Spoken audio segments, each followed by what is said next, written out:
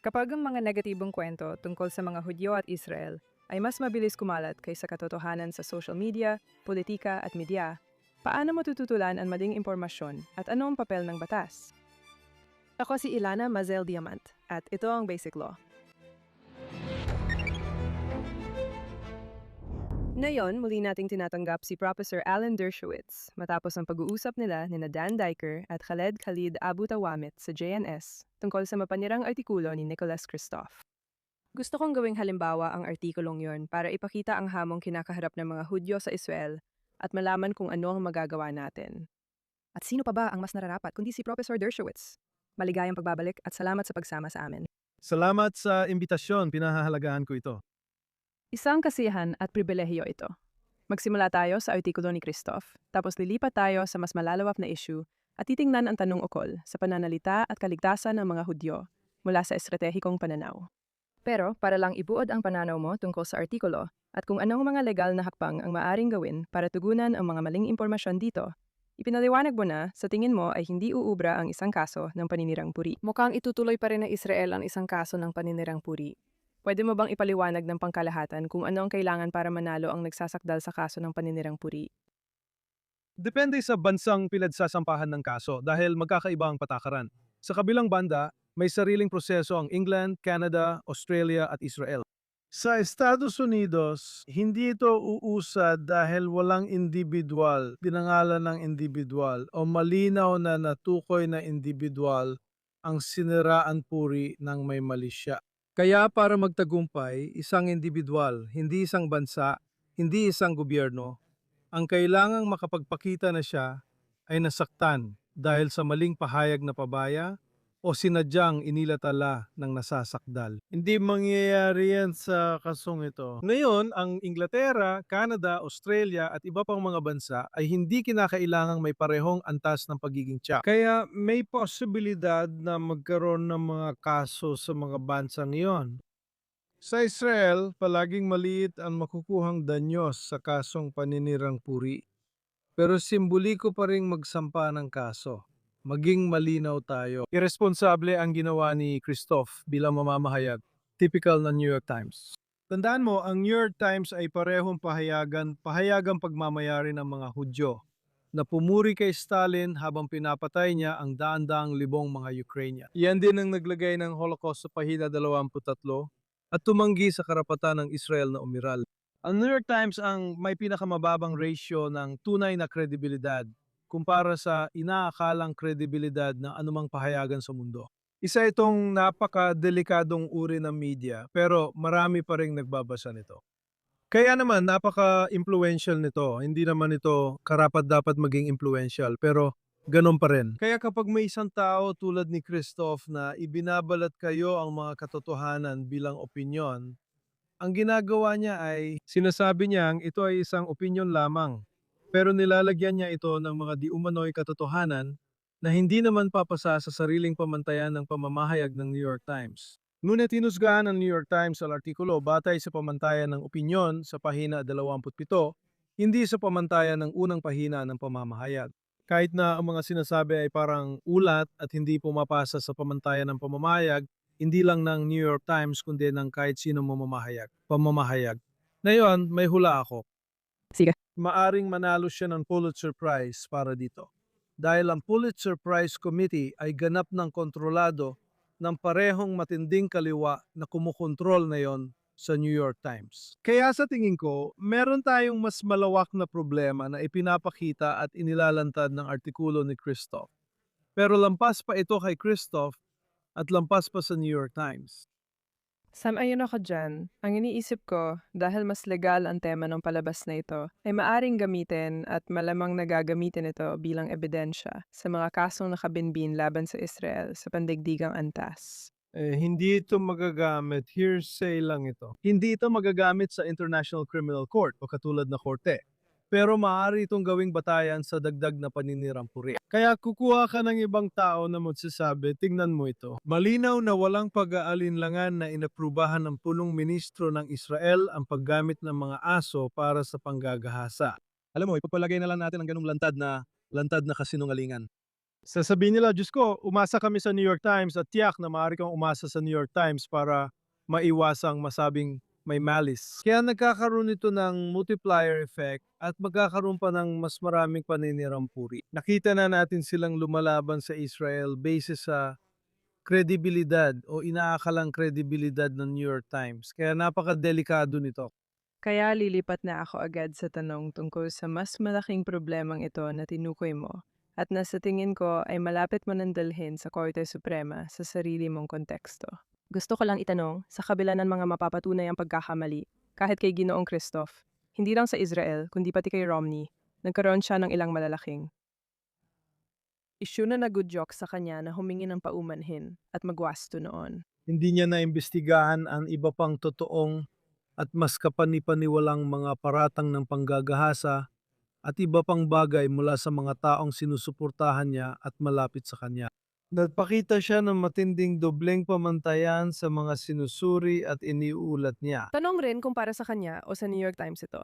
Dahil publisher naman talaga ito at binabayaran siya. Binabayaran siya, pero saan ang hangganan na hindi dapat lampasan ng publikasyon bago ito maging responsabale sa maling impormasyon? Sa totoo lang, halos imposible na maabot ang hangganan na yan ayon sa Korte Suprema. May kaso rin ako nakabinbin sa Korte ng US laban sa CNN. Sinadya at may masamang intensyon ng CNN na magsinungaling ng sinabi ko sa Senado ng Estados Unidos sa harap ng milyon-milyong tao na maaring ma-impeach ang presidente. At dapat siyang ma-impeach kung siya ay gumawa ng kriminal na gawain o mga gawain na parang kriminal ayon sa probisyon ng konstitusyon na nagpapahintulot ng impeachment para sa pagtataksil, panunuhol o iba pang mabibigat na krimen at paglabag. Pagkatapos, sinabi ng dalawang malisyosong broadcaster na ayon kay Dershowitz, hindi pwedeng ma-impeach si Trump kahit gumawa siya ng mabibigat na krimen tulad ng pangingikil, pagpatay o panggagahasa. Ito ay sinadyang kasinungalingan na natuklasan ng mga mababang hukuman at napatunayang siniraan ako. Ngunit sinabi nilang masyadong tanga ang mga mamamahayag para mapansin ang kanilang pagkakamali. Kaya wala silang malisyang kailangan para makapagsampa ako ng kaso. Depensa ng katangahan para sa CNN. Yun ang sinabi nila, sa totoo lang. At ang issue ay nasa Korte Suprema na. Gusto ko pang malaman yan, pero paano pinapatunayan ng korte ang aktual na mali siya? Kapag sinabing napakataas ng pamantayan na halos imposible, paano mo mapapatunayan yon maliban kung may sumulat ng isusulat ko ito sa artikulo dahil sa masamang intensyon? Halos imposible talaga kasi umaasa ang mga korte sa mga pagtanggi ng mga dinidemanda sa kasong ito sa kanilang mga deposition. Ang mga pagtanggi ay parang sinasabi nila masyado kaming ignorante at walang alam. Para malaman na sinabi ni Dershowitz ito kahapon sa telebisyon na napanood namin. At hindi pa rin yun sapat.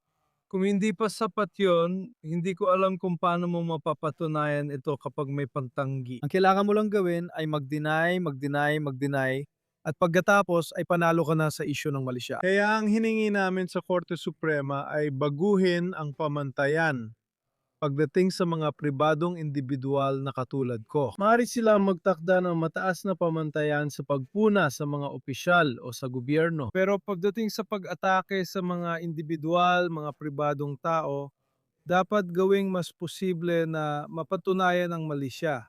Sa ngayon, halos imposible ito. Iniisip mo bang public figure ka? Ganun ba? Isa akong public figure pero hindi opisyal ng gobyerno. Malaking pagkakaiba yon na dapat isaalang-alang sa ating argumento. May immunidad ang mga opisyal ng gobyerno, hindi sila maaring kasuhan. May pondo sila mula sa gobyerno. May mga bagay sila na bilang pribadong mamamayan kahit public figure ako. Wala ako noon. Wala akong immunity. Kung saan sabihin kong tanga at may masamang intensyon ang CNN reporter, pwede nila akong kasuhan. Hindi pa nila ito ginagawa dahil alam nilang totoo ito. Pwede nila akong kasuhan, pero hindi nila pwedeng kasuhan ang presidente ng Estados Unidos, senador o kongresista. May hindi pagkakapantay-pantay sa pagitan ng mga halal at iba pang pampublikong opisyal. Kaya isinusulong namin ang kasong iyon, ngunit hindi ko alam kung magtatagumpay. Nasa Korte Suprema ang pasya. May dalawang mahistrado na gustong limitahan ang New York Times versus Sullivan at mga sumunod na kaso. Isa ako sa mga law clerk na natrabaho doon at ang opinyong pinagtrabahuan ko ay limitado lamang sa mga halal at itinalagang pampublikong opisyal. Hindi ito naangkop sa mga pribadong mamamayan. Kaya sinusubukan naming ibalik ito sa kung saan ito noon nung ako ay law clerk. Mga 60 ilang taon na ba ngayon? 63 taon na ang nakalipas. Napanood ko ang panayam na sinabi mong pinantrabahuan mo yon. Sa tingin ko, kailangan nating ipaliwanag ang pangunahing desisyon at dahilan ng Sullivan. Dahil ito at mga sumunod dito ang nagtakda ng pamantayan ng malayang pananalita ngayon. Oo. Ang pananalita ay talagang nasa sentro ng maraming tanong na kinakaharap na yon ng mga Amerikanong Hudyo. At hindi lang ng mga Amerikanong Hudyo, kundi lalo na sa isang lugar na may halos absolutong pamantayan. Sa personal, sinusuportahan ko ito, pero may mahihirap na tanong ngayon kung paano ito dapat pag-isipan. Malaki ang pagkakaiba ng New York Times versus Sullivan at ng mga sumunod dito. Sa kabuuan, sinusuportahan ko ang New York Times versus Sullivan. Kailangan lang natin itong ipaliwanag. Sige, kung may isang opisyal ng gobyerno tulad ni Curd sa New York Times versus Sullivan, isang sheriff sa timog na estado ang gumagawa ng pahayag. At inatake ng New York Times ang halal o itinalagang opisyal na ito, ang Korte Suprema. Nagpasya na para manalo laban sa New York Times, kailangan mong patunayan hindi lang na mali ang sinabi nila, kundi alam nilang mali ito o pabaya o may masamang intensyon o sadyang mali. Ayos lang yon. Pero pagkatapos, in-apply nila ito sa mga taong napunta sa mata ng publiko nang hindi sinasadya, tulad ng isang taong nabiktima ng pagnanakaw sa bahay. Hindi nila ginusto mapunta sa mata ng publiko pero pinairal pa rin ang pamantayan para sa mga halal na opisyal. Malaking pagkakamali yon. Pagkatapos, nagpatuloy pa sila at sinabi na para mapatunayan ng mali siya, kailangan mo itong patunayan hindi sa karaniwang pamantayan, kundi sa malinaw at nakakukumbinsing ebidensya na napakahirap patunayan, lalo na kung ang kabilang panig ay maaring itanggi ito. Ito ang naging bunga ng New York Times versus Sullivan na lumika ng kultura sa mamamahayag kung saan nagsisinungaling sila ng walang parusa at hinahayaan ng kanilang mga publisher na magsinungaling sila ng walang parusa. Dahil alam nila na maliban na lang kung may kakaibang pangyayari, imposibleng manalo sila sa isang kaso ng paninirang puri sa ilalim ng kasalukuyang mga pamantayan. Paano mo irerekomenda na paliitin ito habang hindi pinapatay ang natatanging pag-unawa ng Amerika sa malayang pananalita? Hindi natatangi sa Amerika ang pag-unawa sa malayang pananalita. Ito ay Anglo-Amerikano at kanluraning demokratikong pamantayan. Hindi ganito ipinatutupad sa UK. Hindi, pero alam mo, halos kasing lawak din ng malayang pananalita sa mga bansang ito gaya ng sa Estados Unidos. Magkaikaiba ang pamantayan at kaso may ilan akong gustong panatilihin pero hindi lahat. Sa tingin ko, hindi dapat ipatupad itong requirement na kailangan may mali siya na malinaw at kapani-paniwalang ebidensya para sa mga hindi opisyal. Para sa mga karaniwang nagtatrabahong Amerikano na wala namang ganong kalalaking resources gaya ng gobyerno at wala ring mga pribilehiyo at immunity na meron ng gobyerno. Halimbawa, mga senador. Ang mga senador ay may kalayaan magsalita at kumilos sa Senado dahil sa kanilang immunity, kaya nararapat silang masuri ng mabuti. Pero ang mga ordinaryong mamamayan, kahit nasa mata ng publiko, walang ganoong pribilehiyo. At sa tingin ko, nababawasan ang kalayaan sa pananalita, hindi ito na ipapatupad kapag masyadong pinapahirap ang pagsasampa ng kaso at hinihikayat ang media na magsinungaling para sa kanilang sariling kwento. Sa tingin ko, perpektong halimbawa ang kaso ni Christoph. Sa ilang bahagi ng mundo, maaari kang magsampa ng kaso kahit na ikaw ay isang bansa o isang organisasyon, kahit isang ideya pa. Sa Canada, halimbawa, may mga krimen ng hate speech na nagpaparusa sa pag-atake sa mga Hudyo. Hindi sa Amerika. Maaari mong atakihin ang mga Hudyo ng walang parusa. Maaari mong muling ilatala ang Protocols of the Elders of Zion nang walang anumang posibilidad ng anumang uri ng legal na remedyo. Sa palagay ko, maraming Amerikano ang naniniwalang sobra na yon. Tanyag ang pagtalakay mo sa Skokie case na gusto kong pag-usapan kasama ka ngayon. Ang tanong ko ay, kung nagbago ba ang pananaw mo sa malayang pananalita mula sa panahon ng kaso ng Skokie na dapat mong ilarawan hanggang sa kasalukuyang panahon? Sige, miyembro ako noon ng National Board ng American Civil Liberties Union ng Skokie At buong suporta kong ipinaglaban ang karapatan ng mga neo-Nazi na magpahayag ng kanilang antisemitiko at nakakakilabot na pahayag sa Skokie, kung saan maraming Holocaust survivors ang naninirahan. Isa sa mga dahilan na hindi naman banta ang mga Nazi noon sa mga tao ng Skokie o sa mga Amerikano. Sila ay nakakainis at mahirap pakisamahan pero wala namang suporta para sa antisemitismo noon. Hindi ako nagbago at nanatili ang pananaw ko, pero nagbago na ang mundo. At ngayon, ang paggawa ng parehong mga pahayag sa Skokie na ginawa noon ay maaring magdulot ng mas malaking panganib sa komunidad ng mga Hudyo, ng karahasan, ng pag-atake sa mga sinagoga, ng pag-atake sa mga individual. Kaya dapat mong tingnan ang konteksto at realidad. Sa tingin ko, nagbago na ang realidad ng mundo mula noong Skokie. Sa palagay ko, pareho pa rin ang batas at mga patakaran. Noong panahong yon, ipaglalaban ko pa rin ang paninindigang yon sa Skokie. Pero ngayon, sa tingin ko, ang pag-uudyok sa anti-Semitikong pisikal na pag-atake laban sa mga individual na Hudyo ay mas mapanganib at mas pwedeng tugunan sa legal na paraan. Ilang taon na ang lumipas, nagtatag kami ng organisasyon, pero hindi ito nagtagumpay. Tinawag itong, "Saktan mo ang Hudyo, kakasuhan ka namin." At gusto naming magsampa ng kaso laban sa sinumang umaatake sa mga individual na Hudyo sa Brooklyn at kahit saan pa. At dumami pa ang mga pag-atake na yon. At nakikita natin ito sa buong mundo ngayon, lalo na sa Inglaterra, dumarami rin sa Canada at Australia, at tiyak na pati sa Estados Unidos. Kaya mas mahina ang mga Hudyo ngayon kaysa dati simula noong 1932. Ngayon, gusto kong maging malinaw. Ang tinutukoy ko ay 1932, hindi 1936, hindi 1939, hindi 1942. Ang tinutukoy ko ay 32 nung nahalal si Hitler.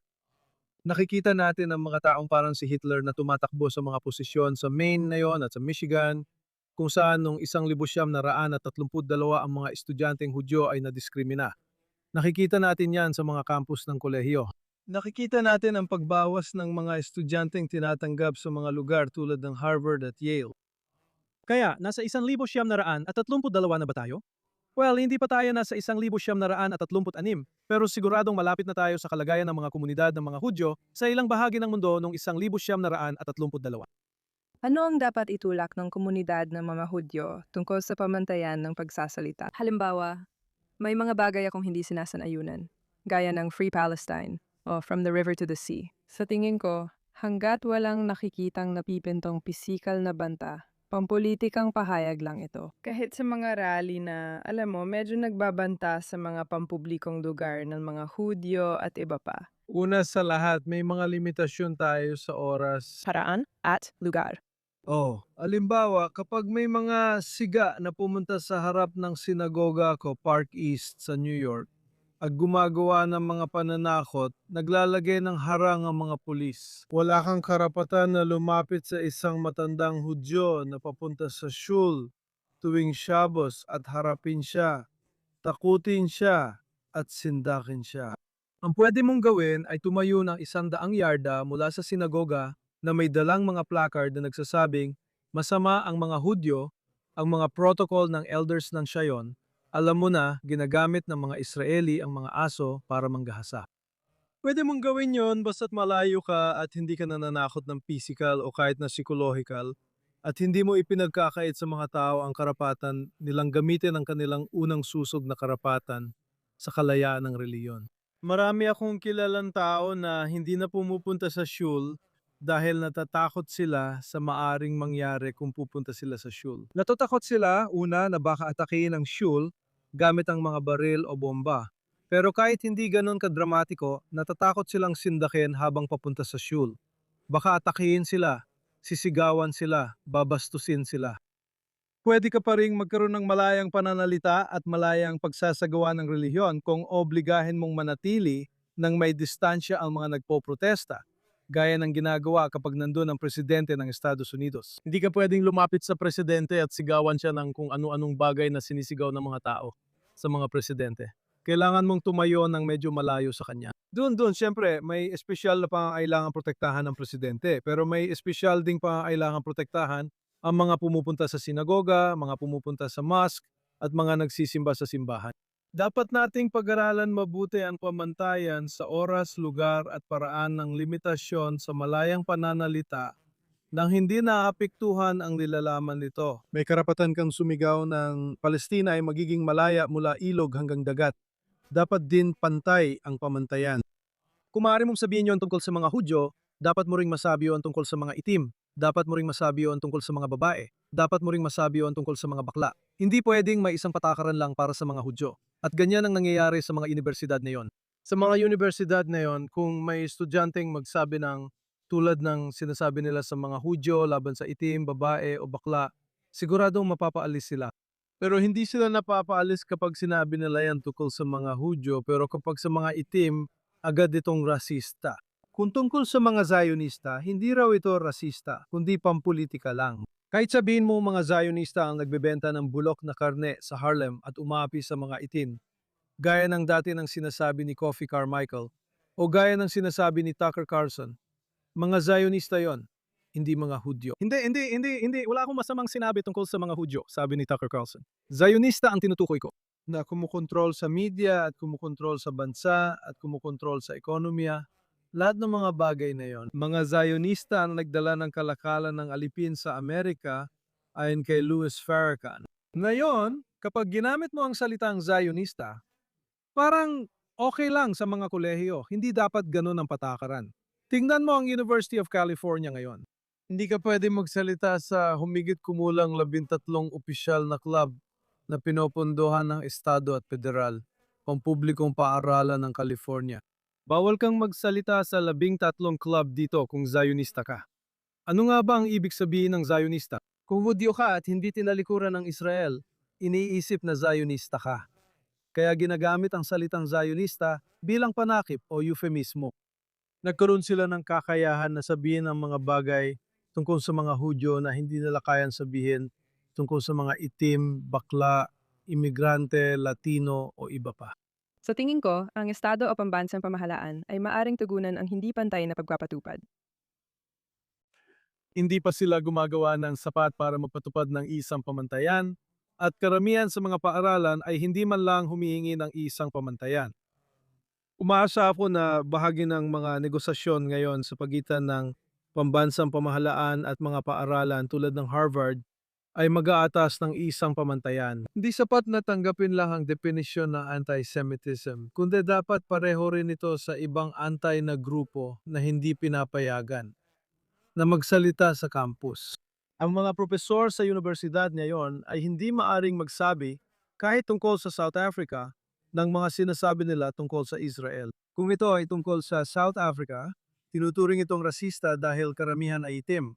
Sa Israel naman, karamihan ay Hudyo. Pwede mong sabihin ang gusto mo tungkol sa Israel. Kaya isang pamantayan, hindi lang sa batas, kundi pati sa moralidad, ang dapat ilapat sa mga Hudyo at sa bansang estado ng mga Hudyo. May isa pa akong tanong bago ako mantanong tungkol sa mabuting pananalita laban sa masamang pananalita na lagi mong binibigyang diin. Tama. Nakaka-relate ako.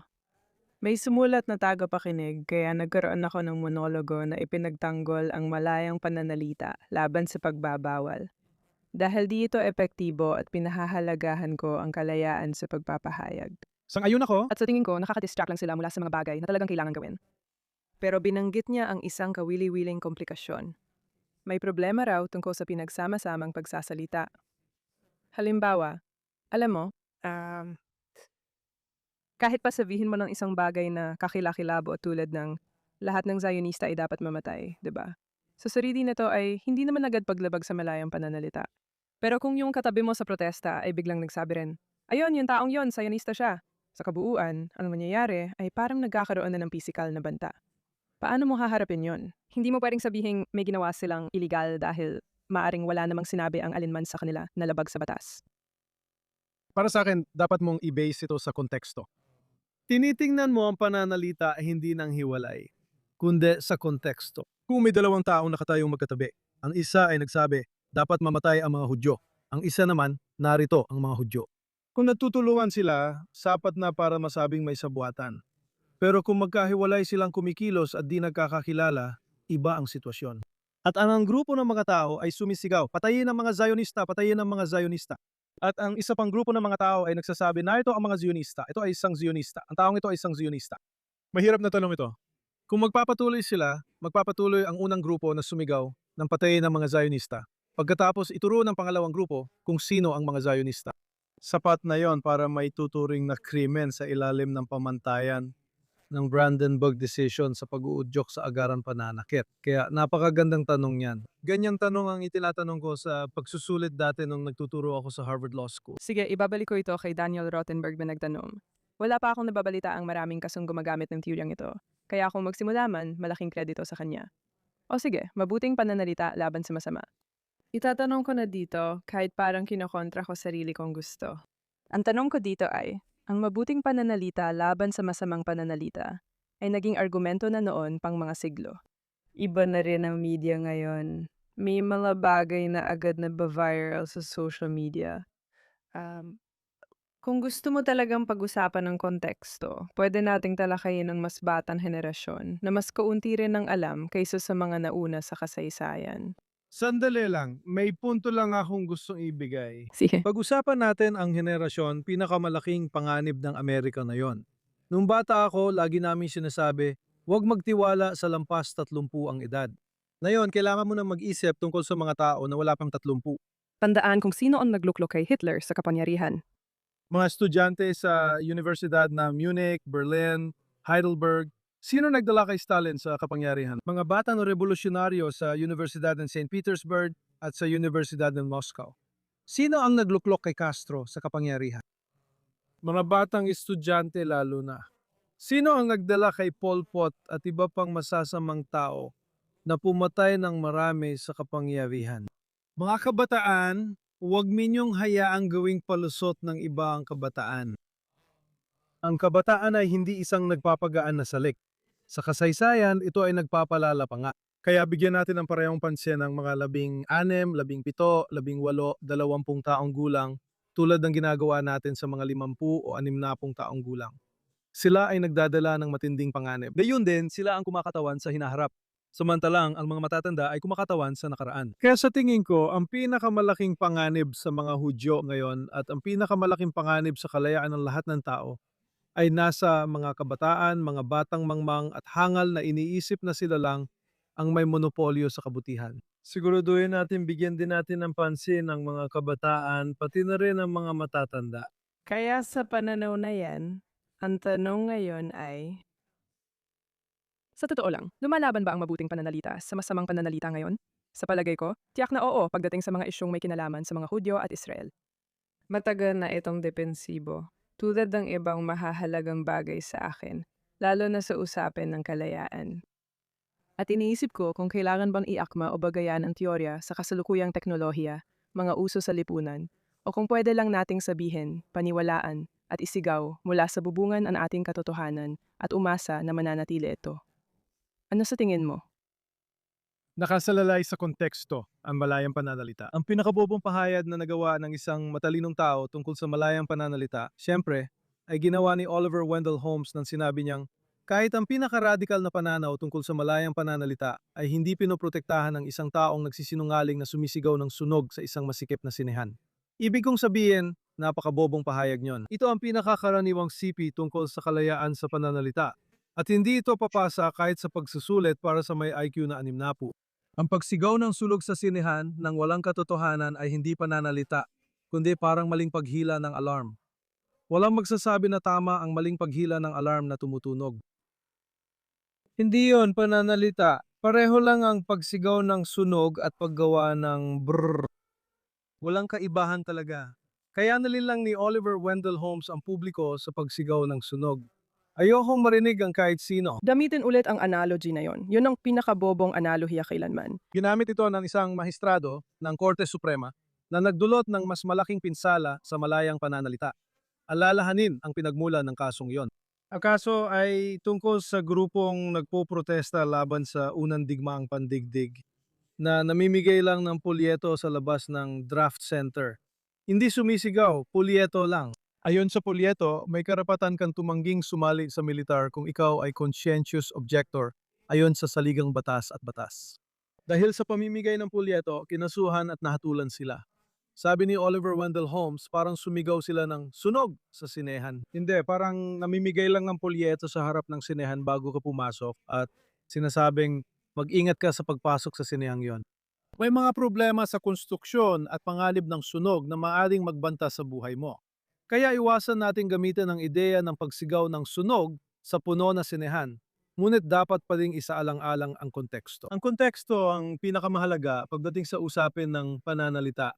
Kaya na yon, may mga nagbabagong konteksto at may mga nagbabagong paraan. At may ilang kurte na kinikilala na ang internet ay malinaw na ang pinakamahalagang nagbabagong konteksto na nakikita natin ngayon. Sa tingin ko si Churchill ang nagsabi noon na halos 100 taon nang nakalipas na ang kasinungalingan ay nakakarating na sa kalahati ng mundo bago pa man maisuot ng katotohanan ang kanyang sapatos. Totoo na yan noon. Maisip mo ba kung gaano pa ito katotoo ngayon dahil sa internet? Kaya kailangan nating iangkop ang mga patakaran ng pagsasalita sa realidad ng internet. Ano kaya ang magiging itsura niyon? Sa palagay ko, dapat nating tanggapin na hindi laging natatabunan ng mabuting pananalita ang masama. Magbibigay ako ng halimbawa, maling inakusahan akong nakipagtalik sa taong hindi ko kilala o narinig kahit kailan. Naging front page pa yon sa diaryo.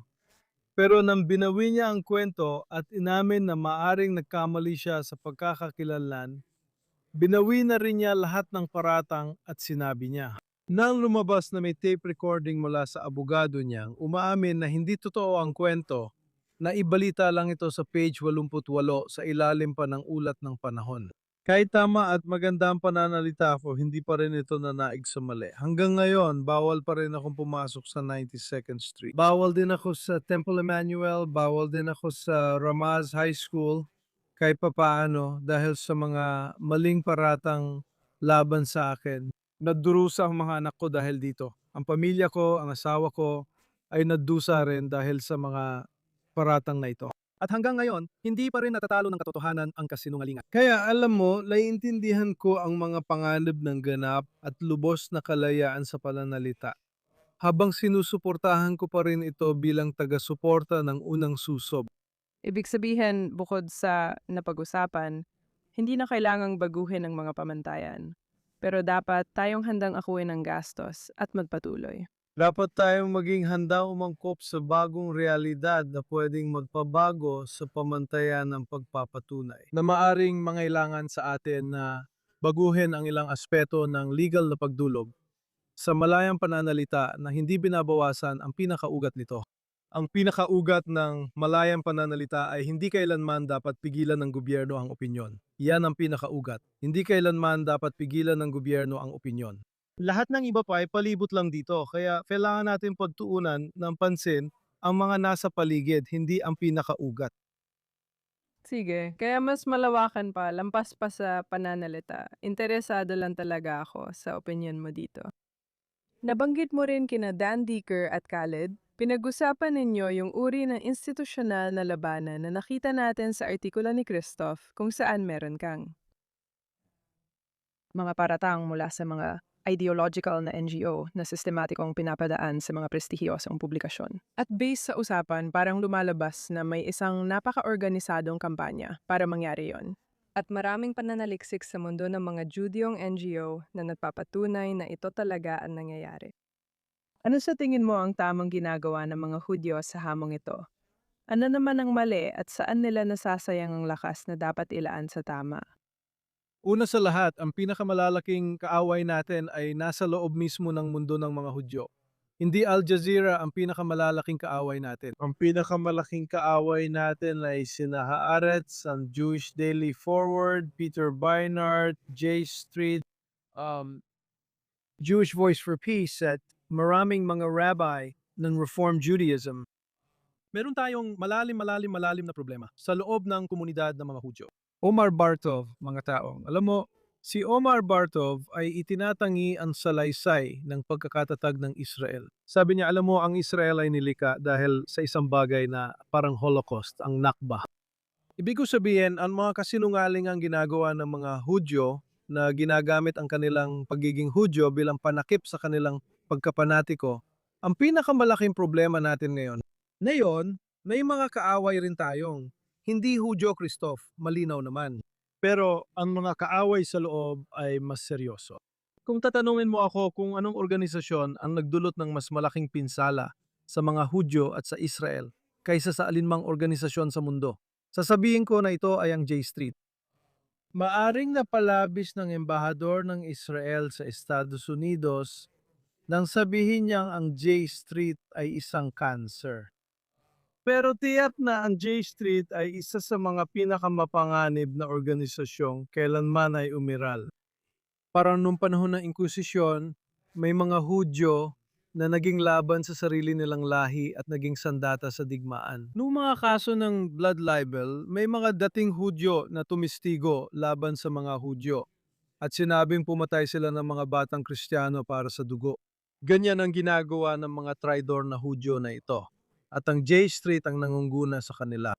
Si Peter Beinat ay isa sa mga individual. Omar Bartov, Norman Finkelstein, Noam Chomsky. Kaya kailangan muna nating harapin ang sarili nating problema. Ang mga taong nagpapanggap na kaibigan, nulit nagbibigay ng bala sa mga kaaway, ang pinakamasama. Hindi ako sigurado kung saan-ayon ako sa pagkakasunod-sunod ng mga bagay. Pero anong mga konkretong hakbang ang gusto mong makita na mangyari? Dapat tayong maging mas handa tumugon sa kasinungalingan sa pamamagitan ng katotohanan. Hindi pa tayo handa gaya ng dapat. At saka, alam mo, may mga kasangkapan din ng kalaban. Meron silang New York Times, meron silang CNN, meron silang mga tao na agad-agad handang tanggapin ang mga pahayag na laban sa Israel. Wala tayong ganyan sa panig natin. Kapag nagsusulat ako lang op-ed laban sa mga tulad ni Christoph, wala agad akong mapaglalatalaan ito.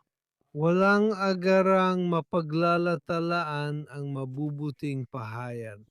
Kaya ang unang bagay na kailangan nating gawin ay bumuo ng isang network ng mga tagapagatid ng mensahe na kasing epektibo ng network na kumakalaban sa atin. Mali ang ginagawa natin, lalo na para sa mga inaakusahan na kinokontrol ang media, na hindi nga tayo nakakapasok sa media. Mukhang mas marami pa tayong kailangang harapin kaysa sa nabanggit ko sa simula ng palabas na ito. Pero kailangan nating ipagpaliban muna para sa ibang pag-uusap. Pinahahalagahan ko ang pagpunta mo ngayon. Ayokong matapos ito na puro negatibo lang ang pananaw ko. Hindi. Sige, siguradong bigyan mo kami ng positibong pagtatapos. Gusto ko yan. Sa Israel, sabi nila, ang pesimista iniisip na masama na lahat, hindi nalalala. Ang optimista naman, naniniwalang pwede pang lumala. Pwede pa itong lumala, pero naniniwala akong pwede rin gumanda. Sa tingin ko, nabanggit ko na dati ang tungkol sa mga kabataan at kung paano naging delikado ang ilan sa kanila para sa kalayaan sa paglipas ng panahon. Ngunit ang nagawa ng October 7th, bukod sa pagtalikod ng marami laban sa Israel, ay pinagtibay ang suporta para sa Israel sa maraming kabataang Hudyo sa mga universidad. At ang mga organisasyong Hudyo tulad ng Chabad, Stand With Us at iba pa, ay muling nabuhay at naging napaka-aktibo at lantaran sa pagsuporta sa mga adikain ng mga Hudyo tungkol sa Israel. Nakikita ko sa ilang kabataan ang dahilan para maging optimistiko at pesimistiko. Kaya may halong damdamin ang pananaw ko. Lalabas akong optimistiko. May tiwala sa mabuting bahagi ng kabataan ngayon na dadalhin tayo sa dapat puntahan gamit ang tamang pagsasanay at kagamitan. May ganun ka bang tiwala noong 1932? Hindi natin mapagkakatiwalaan ang kasaysayan, hindi natin mapagkakatiwalaan ang tadhana. Kailangan natin kunin ang tadhana sa ating sariling mga kamay. Hindi natin nagawa ang sapat noong 1932. Gusto ko lang sabihin bago tayo umalis, 1935 ang pinakamasamang taon sa makabagong kasaysayan. Bakit? Anong nangyari noong 1935? Wala namang nangyari. Kaya ngayon ang pinakamasamang taon sa kasaysayan. Iyon sana ang huling taon na kayang wasakin ng Britanya at Pransya, ang Nazi Germany, at pigilan ang pagkamatay ng 60 o 70 milyong tao, kasama ang 6 na milyong Hudyo. Pero wala namang ginawa ang mga British at Pranses.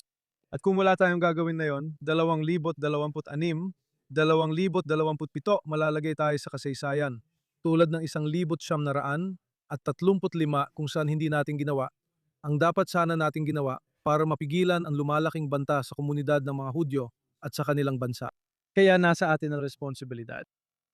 Oo, sangayon ako. Inaamin kong galing ako sa medyo pribilehiyadong pananaw dahil nagtatrabaho ako sa Hariri Center, isang sentrong pang-edukasyon. Nagpapatakbo kami ng mga programang pang-edukasyon para sa mga talentadong intelektual na aktibo, mga Israeli na mas konserbatibo at may hilig sa klasikal na liberalismo sa iba't ibang larangan. At alam mo, kasabay niyan, nagsisilbi rin sila ng daan-daang araw bilang reserbista.